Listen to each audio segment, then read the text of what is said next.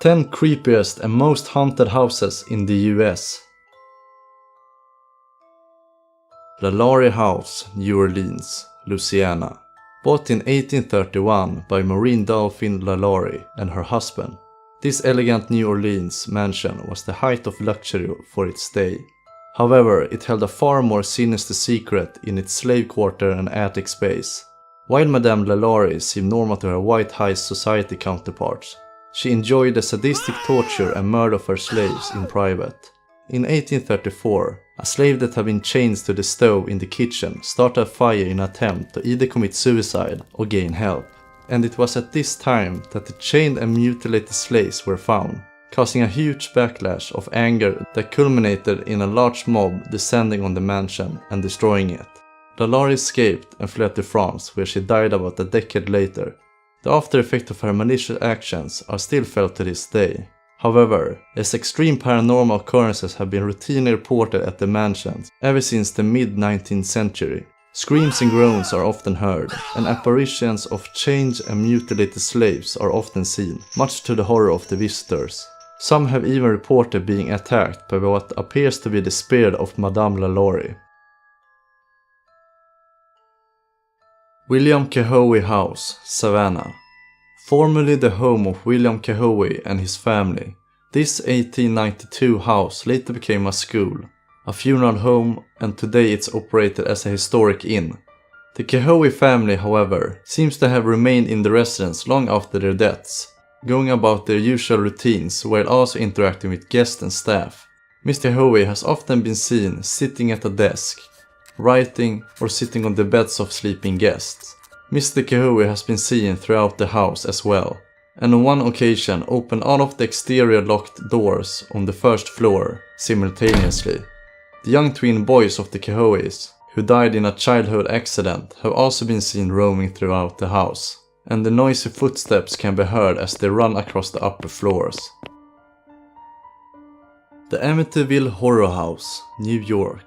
Perhaps one of the most controversial as well as frightening haunted houses in the country. This rather unassuming small town house was nevertheless the site of a very real mass murder. In the early hours of November 13, 1974, Ronald DeFeo Jr. went through his family's home with a rifle, killing everyone in their beds as they slept. The victims included his parents and 4 siblings, who ranged in age from 9 to 18. Just over a year later, the Lutz family moved into the home, where they began to experience paranormal events, so severe that they abruptly left after only living in the house for less than a month. The events that they experienced include extreme cold spots and odd smells, slamming doors and moving objects. The children began sleeping in the manner in which the DeFeo had all been killed. Their youngest daughter befriended what was described as a demonic entity. Lizzie Borden House. This house was the site of a notorious axe murders of the parents of Lizzie Borden, who herself was the main suspect in the murders. There was so much evidence against her that she was quickly charged with the crime and sent to court, only to be acquitted.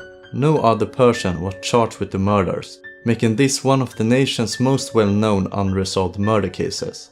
Oddly enough, Borden remained in Fall River for the rest of her life, residing in a neighborhood not far from where the murders took place. It is believed that her desire to remain here has held true even in death. Her ghost has often been seen throughout the house and has been heard laughing on the second floor near the stairs. Her father and stepmother also have been seen and heard, along with the former maid who has been heard crying and calling for help. Anne Starrett Mansion, Port Townsend, Washington State. This Queen Anne Victorian mansion was built in 1899 by George Starrett for his new wife Anne. They lived happily together in the mansion for the rest of their lives, and the house stayed in the family for some time before finally becoming the bed and breakfast it is today. The house exhibits a great deal of paranormal activity, some of which has been attributed to George and Anne, but the majority of the activity is continuously linked to the nanny they hired to look after their only child, Edward. Both George and Anne have been seen throughout the house, but it is the nanny who has been seen and felt. She is generally pleasant but can take offense to certain people. She's been known to make pictures fall off the walls, page of book turns, and to create extreme cold spots. Lights get turned off when they're left in empty rooms, and has been known to thump guests on their head for offensive remarks. Cedar Grove Mansion, Wicksburg, Mississippi. Cedar Grove has for all its beauty seen its fair share of tragedy. Originally the home of John and Elizabeth Klein, it was also the site of some of the family's deaths. One of their sons was killed on the back porch stairs when a gun accidentally went off, and a daughter and 2 young infants die here as well. John Klein enjoyed pipe smoking, and near his study the smell of a pipe is often caught. Elizabeth had frequently been seen throughout the house, acting as if she is simply carrying out her usual day-to-day chores. The apparition of a little girl has also been seen coming down the main stairs, and footsteps of the back porch stairs have also been heard. Apart from the activity linked to the family, many guests have reported seeing Civil War soldiers throughout the house and grounds. Hardly surprising since the house was also a hospital during the Civil War. The Hampton House. This 1790 mansion held the distinction of being the largest in the country at its completion. The mansion and its surrounding plantation was the home of the Ridgely family for 8 generations, with the mansion itself being constructed by Captain Charles Ridgely. Today, the house is known to be haunted by several different spirits, some of them identified and others still unknown. The known entities are Priscilla Ridgely, Signet Swan, and a former butler named Tom. Priscilla has been seen wandering throughout the house and has interacted with people on occasions. Signet Swan was a little girl and daughter of a governor who visited the mansion in order to recover from an illness. While visiting, Signet passed away in her room and was found at the table with a brush in her hand. Today many people have seen her in her room, sitting at the table and brushing her hair. Tom's story is rather interesting, as he apparently provided a young woman with a tour of the home without her realizing that he has been dead for several decades. Other occurrences included locked doors being unlocked and objects in the house being moved.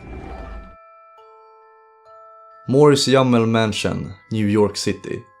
A pre-Revolutionary War landmark, this 1765 house was built by a British military officer and would later feature prominently in the Revolutionary War, with George Washington even used the house as its headquarters at one point. It seems that with all of its past activity, spirits in the house are a little restless themselves. Several different distinct ghosts have been sighted here over the years, most of which seems to be from the Revolutionary period and early decades following it. Former owner Eliza Yummel has also been seen here, and the presence of both her husbands, one of which was a former vice president. Ghosts here have a bit of a history with starring visitors. One visitor fainted upon seeing a Revolutionary War soldier step out of a painting, and another suffered a heart attack upon seeing one of the house's ghosts. Sauer Castle, Kansas City. Built in 1871 by Anton Sauer, originally from Austria. This beautiful home was a Sauer resident for several generations, during which time it was the site of many of the family's traumatic tragedies. 2 people have committed suicide in the house, while a third, a little girl, drowned in the pool on the property. The original owner, Anton, also passed away in this house. With so many deaths, most of which were not peaceful, the house has become a hotbed for supernatural. Various disembodied voices have been heard, either laughing, shouting or crying. While doors often open and slam on their own, people have reported feeling watched and that objects have a tendency to shake or rattle violently on their own. The Sally House, Kansas. Once a doctor's house, a little girl named Sally died here during a botched appendectomy, and her spirit has been here ever since.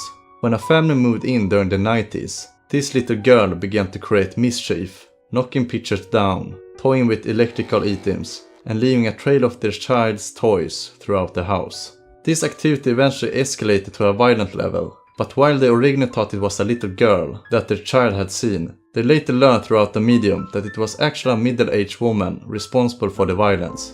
All of her malevolence was directed towards the male owner of the house, repeatedly scratching and hitting him, leaving deep red welts and scratching deep enough to cause bleeding and bruising. After this entity shoved him and almost sent him carrying over the railing of the stairs on the 2nd floor, the family finally moved out of fear for his life. These activities have been documented by several paranormal groups.